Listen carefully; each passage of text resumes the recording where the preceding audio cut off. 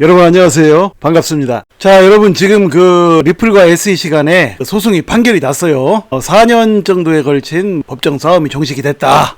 이런 뉴스가 떴어요. 정확히 말하면 3년 7개월에 걸친 소송이죠. 2020년 12월에 이제 소송이 시작됐으니까요. 자, 그래서 이제 미국 판사가 리플에게 SEC 소송 관련 1.25억 달러 과징금 지불을 판결했다. 이런 제목이에요. 그래서 증권거래위원회 SEC와 리플 소송 담당 판사 아날리사 토레스가 리플에 1.25억 달러 규모의 과징금 지불을 명령했다 그랬어요. 그러니까 원래는 20억 달러 규모였었죠. SEC가 이제 20억 달러를 요청을 했었는데, 근데 그때 어땠습니까? 또 리플 측에서는 과징금은 1,000만 달러를 넘어서는 안 된다. 1,000만 달러 이상은 못 내겠다. 그러니까 20억 달러와 1,000만 달러면은 200분의 1이에요. 그러니까 이게 좀 너무나 차이가 크잖아요. 그래가지고 이제 그 다음에 어떤 일이 있었냐면 SEC가 그러면 1억 2,500만 달러만 내라 그랬었죠. 자, 그리고 나서 이제 조용한 상태로 들어갔어요. 그러더니 이제 좀 시간이 지나서 이런 판결이 난 거예요. 1억 2,500만 달러를 내라는 이제 판결이 났어요. 자, 그런데 이제 이거를 놓고 코인데스크가 SEC가 전체 사건에 대해서 항소할 가능성이 높아 보인다라고 평가를 했대요. 근데 이건 뭘 잘 모르는 소리예요.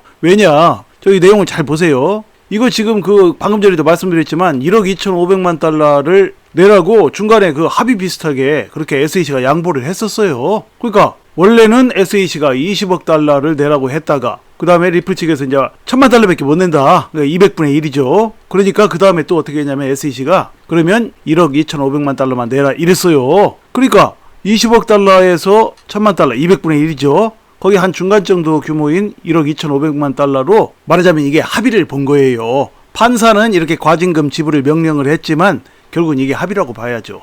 보세요. 지금 아날리사 토레스 판사가 과징금 지불을 명령했다 그랬는데 아날리사 토레스 판사만 명령을 한 것이 아니라 증권거래위원회, 이 국가기관이죠. 증권거래위원회 SEC와 리플 소송 담당 판사 아날리사 토레스가 이 둘이서 지불을 명령했다 그랬어요. 둘 다 국가기관이에요. 사실은요. SEC와 아날리스타 토레스 판사. 자, 그러니까 이것은 뭘 말하냐면 합의를 봤다라는 거나 마찬가지 개념이에요. 그렇기 때문에 이렇게 말해놓고 또 무슨 SEC가 무슨 소송 항소를 할 가능성이 높다 어쩌다 이거는요 말이 안 돼요.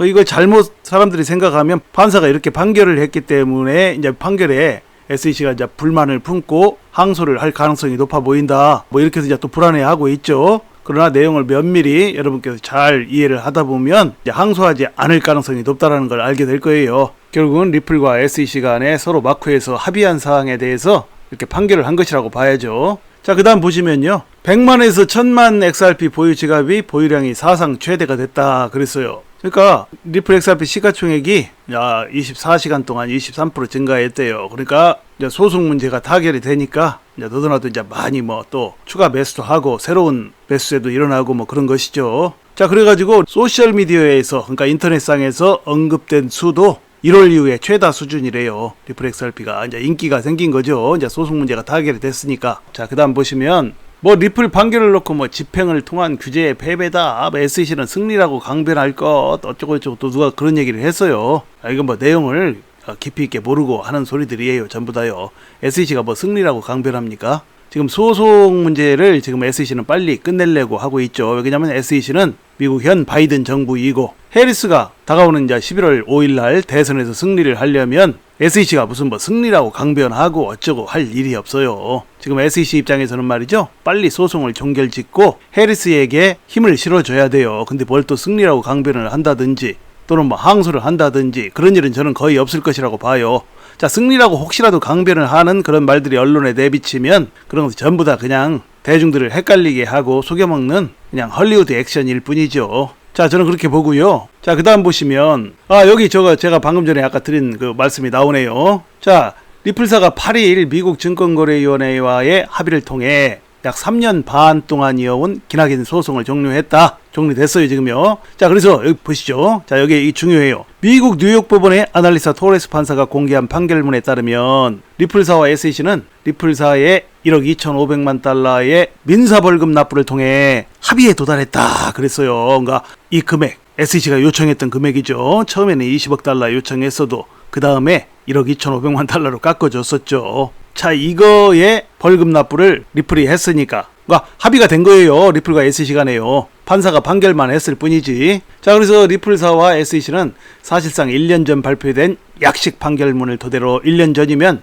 작년 7월 13일 날 토레스 판사가 그때는 정식 판결이 아니라 약식 판결을 했었죠. 기관에다 판매한 것은 증권인데 거래소에서 판매한 것은 증권이 아니다 라고 리플에게 유리한 판결을 했었죠. 자, 그렇게 말이죠. 1년 전에 작년 7월 13일 날 토레스 판사가 판결한 그 약식 판결문 그 내용대로 합의에 도달한 거예요. 다만 합의금이 문제였던 것이죠. 자, 이렇게 돼서 말이죠. 이제 리플과 SEC 간에는 만 3년 7개월 동안을 끌어왔던 소송 문제가 끝났어요, 여러분. 그러니까 SEC가 항소할 가능성이 별로 없다라는 것이 저의 관점이에요. 제 관점이에요. 뭐 갑자기 또 뭐 SEC가 미쳐가지고 또 항소함내 어쩌네 할지 뭐 그건 저도 몰라요. 그렇지만 제가 보기에는 뭐 대선이라든지 뭐 이런 전반적인 상황을 고려해 본다면 SEC가 항소하지 않으리라고 봐요, 여러분. 자, 그렇다면 이제 SEC는 항소하지 않고 소송은 끝났고, 자, 그럼 앞으로 이제 다가오는 것은 무엇일까요? 다가오는 것은 리플 XRP 가격이 앞으로 엄청나게 상승하는 것밖에 없어요. 지금은 말이죠. 지금은 왜 지금 그 이 소송 발표가 나왔는데 지금 가격이 아직 1,000원도 되지 못했죠.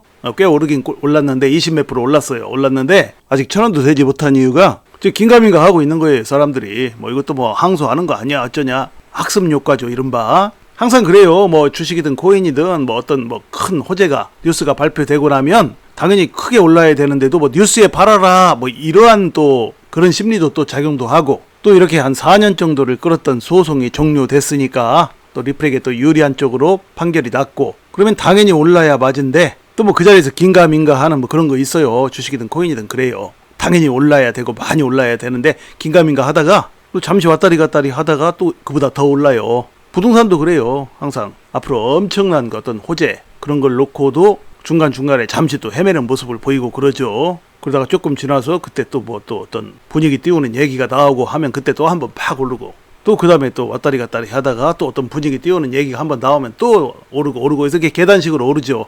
지금 리플 XRP도 앞으로 이제 그런 식으로 가게 될 거예요. 리플 XRP는 지금 이제 그 소송 문제가 엄청나게 리플 XRP의 상승을 가로막던 3년 7개월 동안이나 이제 가로막아 왔던, 다른 거 다 오를 때, 다른 종목들 다 오를 때 오르지 못하게 가로막았던 바로 그 소송 문제가 해결이 됐어요. 리플에게 유리한 쪽으로요. 그러니까 소송 문제 끝났어요.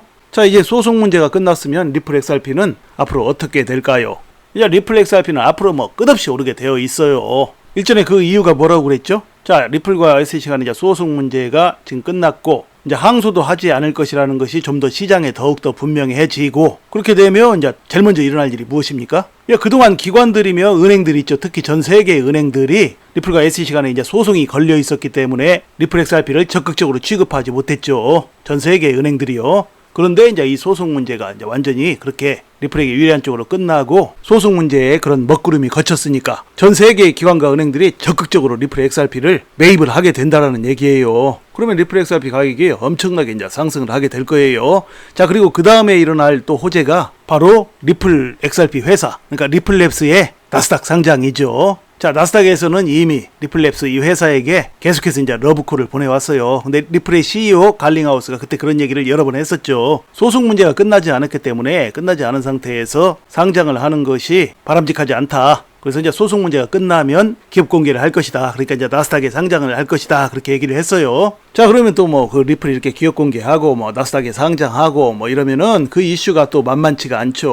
엄청나요. 이제 리플에 대한 신뢰도가 전 세계적으로 더욱더 쌓이면서 리플 XRP에 엄청난 매수세가 또 몰려들게 돼요. 그러면서 리플 XRP는 더욱더 이제 크게 상승을 해나가겠죠. 자, 그 다음에 또 일어날 리플의 호재가 무엇입니까? 바로 리플 현물 ETF예요. 리플 현물 ETF가 이게 또 아주 그 멋진 이슈이죠. 원래는 비트코인, 이더리움, 리플 이렇게 세계 3대 코인이었죠. 이제 리플이 소송을 맞아서 이제 소송 때문에 지지부진하다 보니까 뭐 자산운용사들도 관심을 갖지 못하고 뭐 전 세계에 그 누구라도 제대로 관심을 갖기가 힘들었죠. 헤매고 있었으니까요. 소송 문제 때문에. 자, 그런데 이 소송 문제가 이제 먹구름이 거쳤어요. 그러면 자산운용사들이 어디에 눈독을 들일까요?